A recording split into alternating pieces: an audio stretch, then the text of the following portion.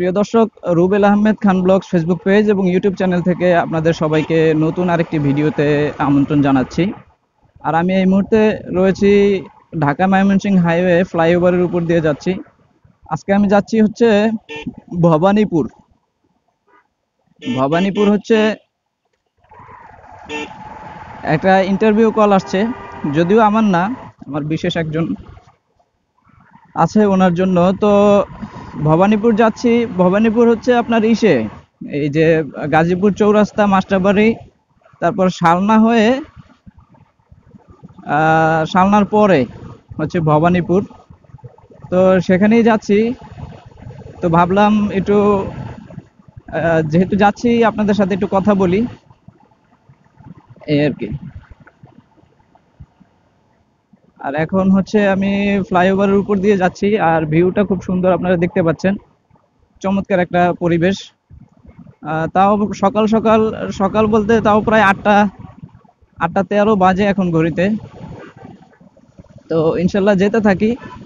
তো প্রবলেম হলো ফ্লাইওভারের মধ্যে দেখেন জ্যাম। এটা হচ্ছে সমস্যা। নিচ দিয়ে গেলাম না যাতে করে জ্যামে না পড়ি, ঠিকই জ্যাম পড়েছে। এই দেখেন এখানে গাড়িগুলো কিসের জন্য যে এখানে এরকম দাঁড়িয়ে আছে, আই ডোন্ট নো। কিন্তু এখানে তো কিন্তু জ্যাম হওয়ার কোনো কথা না। তো এই একটা প্রবলেম হচ্ছে ফ্লাইওভারে, আর কিছুই না, বিনা কারণে জ্যাম। তো জ্যামটা শেষ হলে পরে আবার কথা বলছি। আর ফ্লাইওভার আজকে মোটামুটি ফাঁকা আছে, খুব সুন্দর চমৎকার দৃশ্য উপরের রাস্তাটা। তো যাই ইনশাল্লাহ আল্লাহর রহমতে।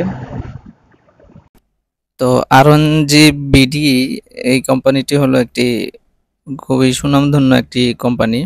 এটা হচ্ছে টোটালি চায়নাদের একটি কোম্পানি। তো সরাসরি ওনারাই এখানে ডিউটি করে এবং ওনাদের তত্ত্বাবধানেই এই কোম্পানিটি পরিচালিত হয়। তো এখানে যাওয়ার পরে এখানকার পরিবেশ মোটামুটি ভালোই লাগলো এবং চায়নারা সশরীরে নিজেরাই এখানে সবকিছু তত্ত্বাবধান করে, যে কারণে নিয়ম শৃঙ্খলাটা মোটামুটি ভাবে সবাই মেনে চলার চেষ্টা করে, এই আর কি। তো আশা করি সবকিছু যদি ঠিকঠাক থাকে, ইনশাল্লাহ ভালো একটা অ্যামাউন্টের স্যালারিও হবে এখানে। তো দ্যাটস ওয়াই আশা করি এটা ভালো হবে।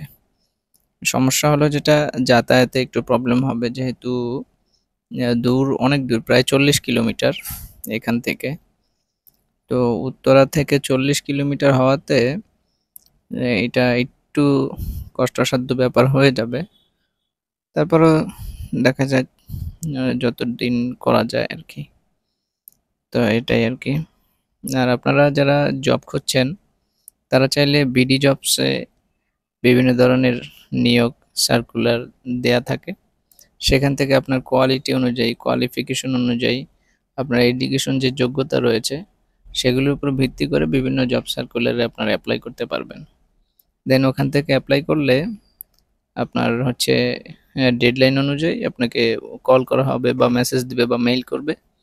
দেন আপনি সেখানে ইন্টারভিউ দিন গেলে পরে আপনার রিটেন, ভাইবা, প্র্যাকটিক্যাল এসব পরীক্ষার মাধ্যমে যদি আপনি সিলেক্টেড হন, দেন ভালো ভালো কোম্পানিতে জব করার সুযোগ রয়েছে। তো যারা আছেন তারা বিডি জবসে অ্যাকাউন্ট করতে পারেন, ঠিক আছে? সেক্ষেত্রে অনেক ভালো হবে আশা করি, জবের ক্ষেত্রে অনেক হেল্পফুল।